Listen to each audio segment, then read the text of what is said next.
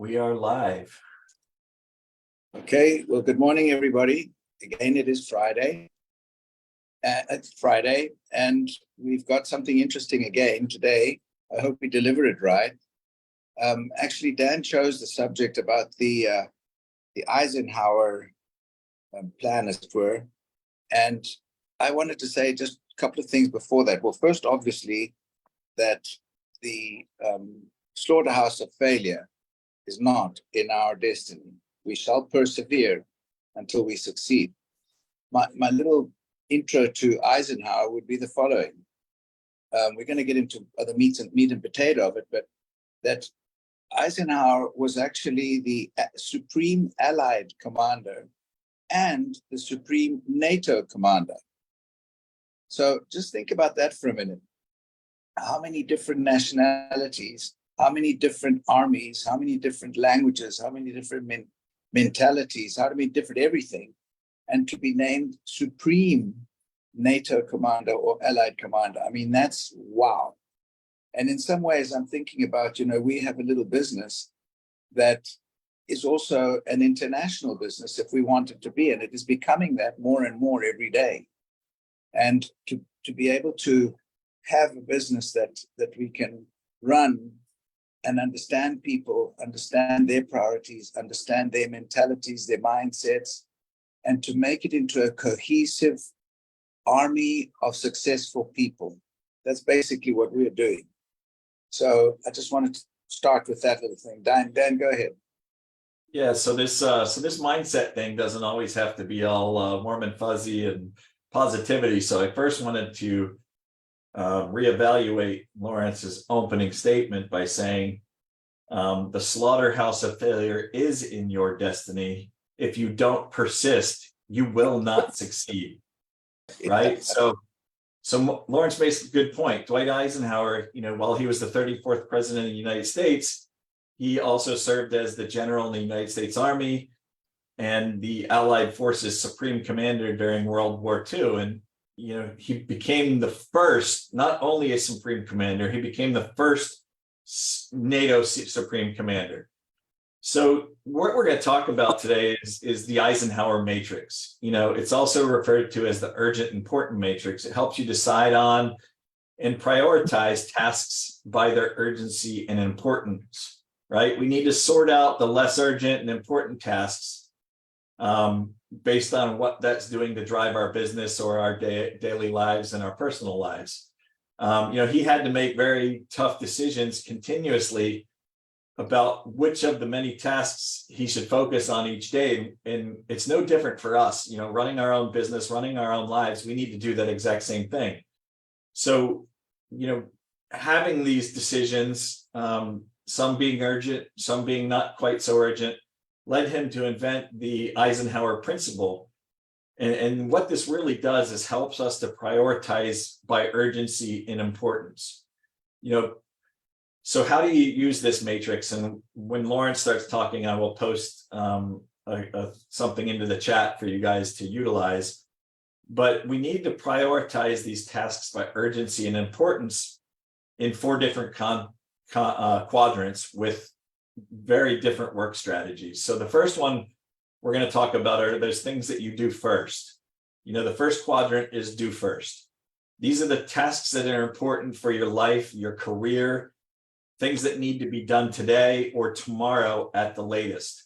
So, as you sit down and you think about the evening before what you need to do the following day, you can use these principles to decide which things are truly important and which things aren't. You can use a timer to help you concentrate on the important things while trying to get as much of the tasks that you need to get done as possible in that time frame. And so the second quadrant is what we call schedule. They're the important but not so urgent stuff that we should be doing, but don't necessarily take precedence over those things that you need to do first. And then we'll talk about the third quadrant, which is delegate. What's urgent but less important, things that we can delegate to others on our teams, others in our lives. And then the fourth quadrant is don't do. These things are not urgent, they're not important, They're not going to help you in your daily business activities. They're not going to help you in your daily lives. So, I talked about this before, like every night I sit down, I look at my schedule and I prioritize things based on these principles. What are the things that I need to do? What are the things that I have on my list that are going to move the needle in the proper direction on a daily basis, right? And then towards the bottom of those lists are things that I don't need to do, that I can push off till the next day or later in the week, right? And then looking at those things that we can delegate to on our teams, and the things that we should reschedule. So Lawrence, I'll let you take over from there. We'll talk about the things that we should do, that we need to do first, and then we'll move on to the others. So I actually I saw a quote in a business that somebody had that it says, "Your lack of planning in time does not constitute an emergency on my part. Take your turn." Because everybody, does things at the last minute and everything becomes urgent. And paying taxes is important, but it's not urgent. Urgent is something that you have not planned well. If you plan well, you should not have things that become emergencies or urgent. So that's the first thing. The second thing that I wanted to mention also was that in Eisenhower's, in our matrix, he talks about mixing the personal and the business all together. So, for example, if we think about our wheel of life, we've got our community, our health, our fitness, our family, our spirituality, our work. There's at least 6 pieces of that pie chart that have to be attended equally as equally important as each of the others. So we shouldn't sacrifice our family time for our work time, for example, because it becomes urgent or an emergency. So when we look at what we have, we can then look at the separation of the time of the day. How many hours a day are we going to work? And then how many hours per day are we going to dedicate to a particular thing? And Dan will have a little schematic on that. But for example, I'm saying some of the things we need to do first are, not in any order, but in the first day, the first part is our 5 calls per day, 3-way calls per day, LinkedIn, service existing customers, read, exercise, and be on calls. So there are a number of things we need to do as first. We need to read every day. We need to be on calls every day. We need to exercise. We need to be with our families. And we need to do some part of our recruiting, if we're going to do it, on LinkedIn, and our 3-way calls and 5 calls a day. So those are things that we really have to do as priorities every day. The other things we can delegate and schedule and so on. Go ahead, Dan. Yeah, so, I want everybody to think about where you are today. Close your eyes if you'd like. Think about where you are today. Is that where you want to be? Where do you want to be in the future? What are your goals? What are your strategies for getting there? This is a strategy for helping you to root out the important stuff from the not so important stuff. So, for me, on the to-do list every day is, like Lawrence said, I need to reach out to people on LinkedIn. If it's a Tuesday night and we have a Wednesday business call or a doc physician call Wednesday night, first thing in the morning on Wednesday, top thing on your list should be trying to get as many people as you possibly can onto that call. Getting people on our Monday, Wednesday, Friday calls, getting people to the healthcare forum, November 2nd, 3rd, and 4th. These are top priorities. These are things that can't wait. These are things that should be top of your list every single day. So, thinking about where you are today, where you've come from, where you want to be in the future, what are those things that are going to be important to you getting what you want, to you being where you want in this business, to you having time freedom, to you having the lifestyle that you want. Write down 5 things that you want. Write down 5 things that, that you want to improve from today. This can be personal and it can be professional. Maintain a list for both business and for private tasks. That way, you will never be able to complain about not having done anything for your family or yourself at the end of the day. And then, putting things on a to-do list frees up your mind, right? Because you're not thinking about everything that you need to do. It's important to write these things down, but always question what is worth doing first. And then, as Lawrence said, try limiting yourself to no more than 8 tasks, 6 or 8 tasks per quadrant, right? Get rid of distractions. Do not let others distract you. Do not let others define your priorities. You define your priorities. Plan the night before, plan in the morning, then work on everything that you've set out to do for the day. And having a list for me is super important because it makes me feel like I've gotten something done, right? As I tick things off my list, I have that sense of accomplishment. I have that sense that I'm doing something beneficial for me, for where I want to be in the future, for the lifestyle that I want, for the financial freedom that I want. And then, you got to wrap all that up in a bow and not procrastinate, right? Don't overmanage your to-do lists. Just prioritize the things that you need to get done first, and then utilize this quadrant, which I put into the chat, to the things that you need to do first, to the things that you need to schedule in the future, things that you can delegate to others, and the things that you don't need to do. Every day there's something on my list that I've had on my list for a week or two that I finally say, look, I don't need to do this. This literally is not going to do anything to help me. It was just something that I wanted to do. And so I just cross it off my list and I don't think about it again. Once it goes off the list, I'm done thinking about it. It's clear. That's clearing your mind, right? So focus on the things that are going to improve your position. 100%.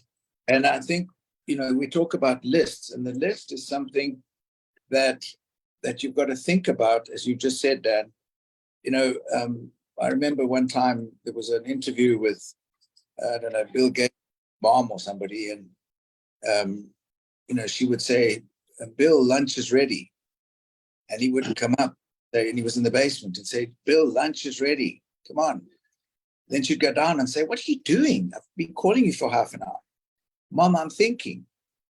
So, how much time do we actually spend ourselves in thinking within those priorities that we want? Because we're so embroiled in our rat race, get up in the morning and we're running and we're running and we're rushing. We should actually slow down and plan ahead in our thoughts, write them down on a list. And this comes to mind, for example, I'm on a trip with my wife now, and I purposely did not make any decisions about anything because I wanted to be her vacation. And man, she has got a list of everything. We're going, what we're going to do, where we're going. Man, this for me is a vacation too, because I don't have to think about doing anything. She's thought about it all, but it's written down. And the flight is at this time, and the car rent is at that place, and the B&B is this, the bed and breakfast is so and so, and this hotel is there. And in the same way, we've got to do for ourselves. Like, for example, when we talk about, we had the miracle morning. We were, invited to listen to the miracle morning. Well, there you are. If a little bit early in the morning, and then read. How many do we really read? Do we read enough? Do we exercise? We should absolutely every day do certain things that are must. There's certain things we have to do, must do. The three-way calls. If we want our business to grow, it's inculcated into everybody. three ways a day.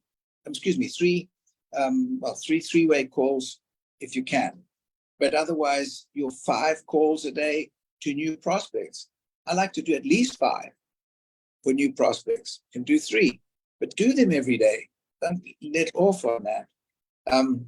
LinkedIn, as you just said, Dan, this is a huge tool that's given to us. It's there. We just got to write them down and do them. And service existing customers. This is huge as well. We overlook that.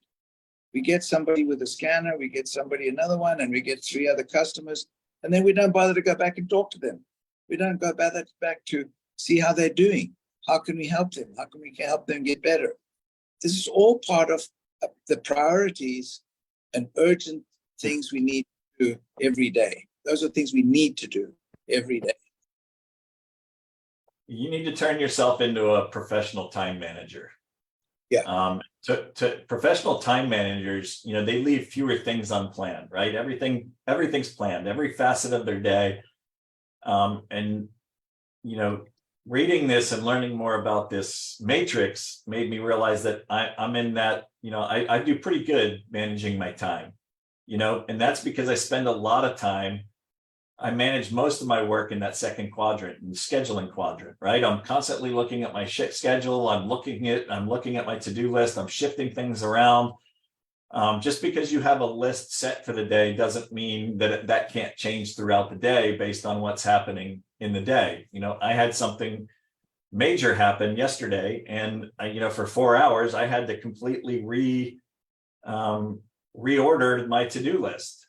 Because there were things that I had to get done yesterday, and I had a 4-hour window where I couldn't work on my to-do list. So while I'm doing those other things that I have to get done, I'm reorganizing my schedule to have it make sense. So it's not something that's stagnant. It's constantly moving. It's constantly changing. So don't be afraid to move those things around or move it to the next day if it's not going to serve your purposes that day. Don't feel like you have to get these things done. If they can be pushed off to the next day or delegated to somebody else, do that, right? So we don't have to do everything. Find people on your team that can help out with this. If you've got a project going, I put together a few things in the last week to help our teams get onboarded. And, I reached out to the team and said, hey, I need you guys to look at this with me. Can you guys take a look, give me some feedback? So I'm delegating those things that I need help with. But ultimately, you need to be a professional time manager. You need to manage your time effectively. You need to manage it efficiently. Do all of those things. I try to get all of my important tasks done by noon. That way, if I want to go to the gym, if I need to go out and blow the leaves in the yard or whatever it is, I can take an hour break in the afternoon. My mind's clear. I've already feel like I've gotten a lot done that day. And then the rest of my day isn't quite so stressful, right? And when you're living in that second quadrant, it really reduces the stress by terminating urgent and important to-dos to a reasonable date in the near future whenever a new task comes in. So you replace a more important task with a task that's not quite as important, depending on how your day's going. You float the prior important task over to another day or later in the day. I mean, we plan to go to Utah. We know the date. We know we're going to be away for 3 days. So that's the planning ahead. If we plan ahead for those 3 days in Utah, we're not going to worry about what we haven't done or what we should do or we should have, would have, could, or whatever, because we've already organized it. We've planned ahead. We've taken care of the priorities. We've taken care of the things that need to be done in the quadrant 1. The things that we can schedule, but we can then go to Utah and we can focus on what we're doing. I'm using that as an example, but that's in life. If we plan ahead, we don't have that stress. Stress, I think, and this is the other thing, the opposite of stress, in my opinion, is to have fun. And the more organized you are, the more in control of your time, the more in control of your life you are. And by having control over your life, not on an instant basis, but having prearranged all these things, life is fun. Life is absolutely a bowl of cherries. But if we haven't planned ahead and we're kind of living from one crisis to the other, which I have in many times in my life, I've lived from crisis to crisis because I didn't know what I do know today. And this is something important. We learn as we go. The bigger the problems we have, the more crises we have, the quicker we'll learn what not to do and how to do it better, whatever we're doing.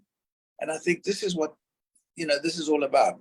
The quadrant thing that is Dan's posted there, and this matrix that Eisenhower had there is something to compartmentalize our way of thinking into being able to administer our time and our efforts, and our results will show by the way in which efficiently we've conducted ourselves time-wise.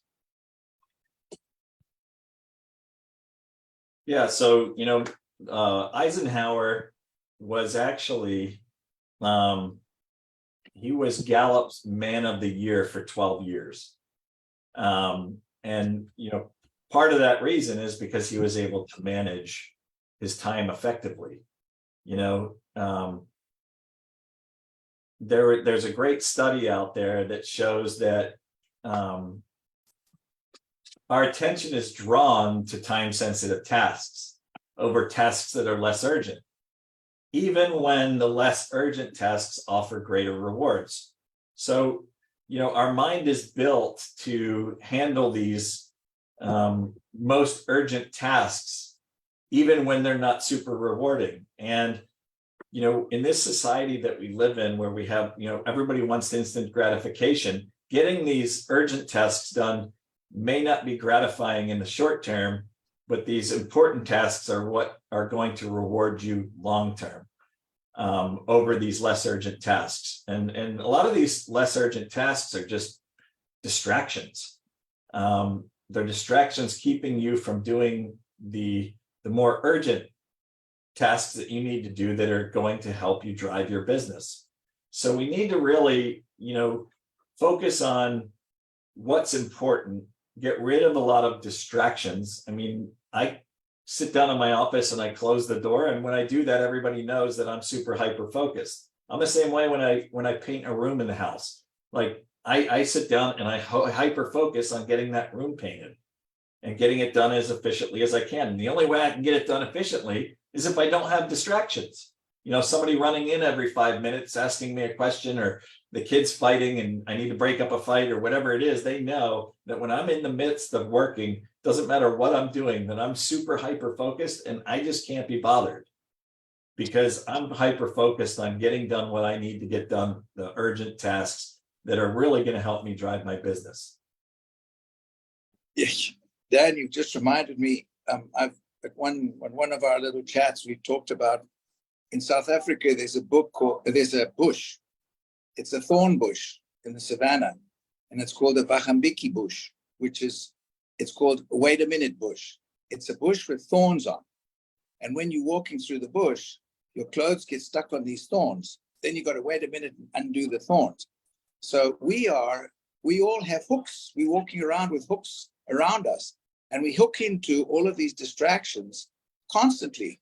Something happens, we get, whatever it is, the distractions happen, and it's a bit like that thorn bush. It's a wait a minute, except sometimes it's more than wait a minute. It may be wait half an hour because we're distracted for that amount of time. So we should think about the fact that we all have these hooks that we have that we walk around with, and we've got to cut those hooks off and don't even think about that. Be hyper-focused, as you've just said, on whatever the task at hand is.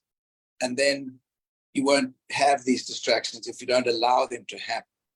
That's so important to be able to maintain your hyper-focus without vacillating on anything else.